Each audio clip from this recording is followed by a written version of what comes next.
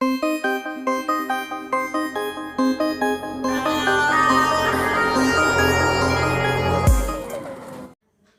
Friends, आप सभी viewer का दीव के पार्ट 2 में हार्दिक स्वागत है। अभी हम आ गए हैं आईएनएस खुखरी। आईएनएस खुखरी उन वीर जवानों की याद में बनवाया गया है जो 1971 में भारत पाक नेवल युद्ध में शहीद हुए थे, जिनकी संख्या 174 थी। INS khukri Indian naval ship का नाम था।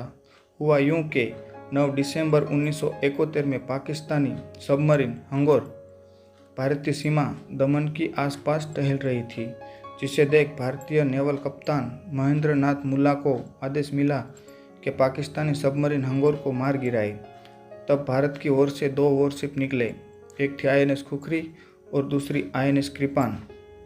पाकिस्तान की सबमरीन के मुकाबले भारतीय वॉरशिप थोड़े बहुत टेक्निकली कमज़ोर थे, फिर भी युद्ध लड़ते रहे। आखिरकार आईएनएस खुखरी जल समाधि में तब्दील हो गई। आईएनएस खुखरी के कप्तान महेंद्र नाथ मुल्ला के पास लाइफ जैकेट भी थी, फिर भी उसने अपनी वॉरशिप को नहीं छोड़ा। बाद में पलटवार में भारतीय नौसेना ने मात्र 48 घंटों में पाकिस्तान के कराची बंदर को अपने कब्जे में ले लिया और बाद में आईएनएस खुखरी के कप्तान महेंद्र नाथ मुल्ला को शहीद होने के बाद महावीर चक्र से सम्मानित किया गया। उन वीर जवानों की याद में दीव में समुद्र के किनारे एक चट्टान पर आईएनएस खुखरी का स्मारक बनवाया गया है, जिसे आप देख सकते हैं। अगर आप दीव में आईएनएस खुखरी घूमने आते हैं तो आपको यहाँ पर ऐसी कई सारी इलेक्ट्रिकल व्हीकल दिख जाएंगी जिसमें आप सवारी कर सकते हैं। इसकी कीमत है पर पर्सन 40 रुपये। तो चलिए अब ज़्यादा देरी ना करते हुए हम गंगेश्वर महादेव की ओर रुख करते हैं।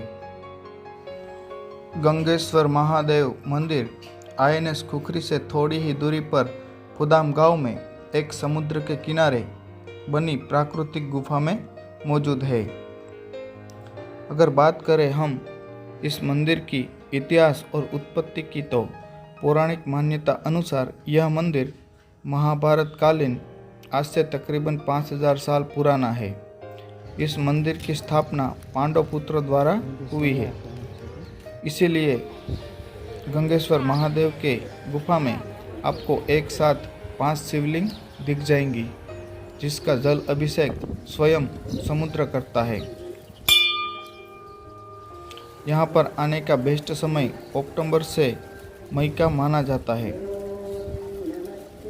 तो चलिए अब हम सबसे पहले गंगेश्वर महादेव के दर्शन कर लेते हैं।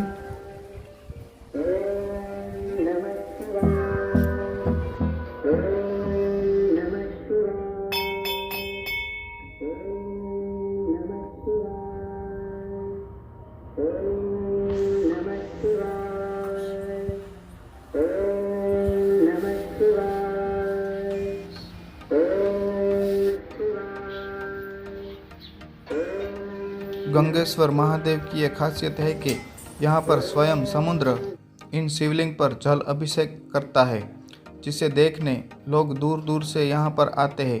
अगर आपको ये नज़ारा यहाँ पर देखना है तो दोपहर 2 बजे के बाद और शाम के 6 बजे के बाद ये नज़ारा आपको यहाँ पर दिख जाएंगे। तो चलिए अब हमने आपको श्री गंगेश्वर महादेव जी के अच्छी तरह से दर्शन करवा दिए हैं। अब हम चलते हैं जलंधर बीच की ओर। ऐसा कहा जाता है कि जलंधर बीच का नाम जलंधर राक्षस के नाम पर से रखा गया है। आज से हजारों साल पहले दीव आइलैंड पर जलंधर राक्षस का राज हुआ करता था।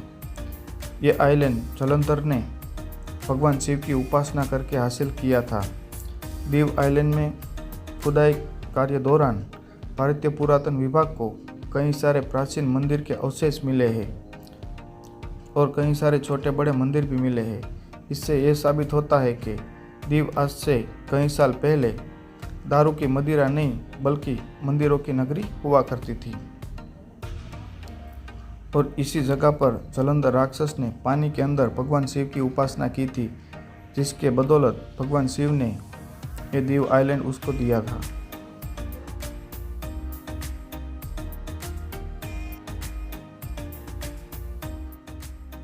जालंधर बीच द्वीप के सबसे शांत समुद्र तटों में से एक है। यहाँ पर आप स्विमिंग भी कर सकते हैं। जालंधर बीच से थोड़ी ही दूरी पर स्थित है सेंट पॉल चर्च। वैसे तो द्वीप में कई सारे चर्च हैं, जिनमें से 3 बहुत ही खूबसूरत है। एक चर्च को हॉस्पिटल में कन्वर्ट कर दिया है और एक चर्च को म्यूजियम में। सेंट पॉल चर्च एक लौता ऐसा चर्च है जिनमें आज भी प्रे होती है। इस चर्च को 1601 में पोर्टुगीज द्वारा बनवाया गया था, जो बन के तकरीबन 10 साल में पूरा हुआ है।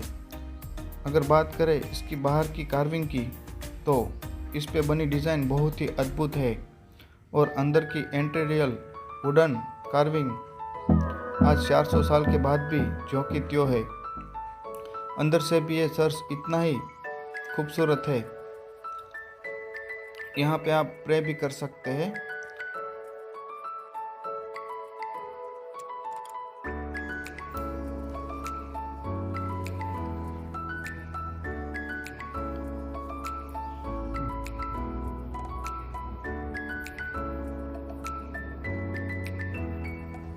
सेंट पॉल चर्च से तकरीबन 50 मीटर की दूरी पर एक दूसरा चर्च है, जिसे आज म्यूज़ियम में तब्दील कर दिया गया है। इस म्यूज़ियम के अंदर आपको कई सारे वुडन आर्ट में बनी मूर्तियाँ और पोर्टुगीज समय के कई सारे अवशेष रखे हुए हैं। फिलहाल अभी तो ये म्यूज़ियम कुछ समय के लिए बंद है, लेकिन ये पर्यटनों के लिए वैसे तो खुला रहता है। इसके नज़दीक में स्थित है द्वीप का फोर्ट यानी कि द्वीप का किला, जिसे पोर्टुगीज द्वारा 1535 में बनवाया गया था, जिसे तैयार होने में तकरीबन 25 साल का समय लगा था। ये द्वीप का किला तीनों ओर समुद्र से घिरा है, जिसमें जाने का केवल एक ही रास्ता है। इस किले के पास समुद्र में एक जेल है। कहा जाता है कि यह पहले जेल नहीं थी, बल्कि किले का हिस्सा था, लेकिन बाद में इसे जेल में कन्वर्ट कर दिया है। इस किले में आप चर्च, अन्न भंडार, पानी के भंडार, महल, सहस्त्रागार और कई सारी पुरानी मशीनरी देख सकते हैं। इसके अलावा लाइट हाउस। तो लमसम में आप किले पे 2 घंटे तक घूम सकते हैं। तो चलिए दोस्तों, अब हम हमारा वीडियो यहाँ पर ख़त्म करते हैं। मिलते हैं नेक्स्ट वीडियो में। अगर आपको ये हमारा वीडियो पसंद आया है तो प्लीज़ लाइक करें और शेयर करना ना भूलें। जय हिंद, जय भारत।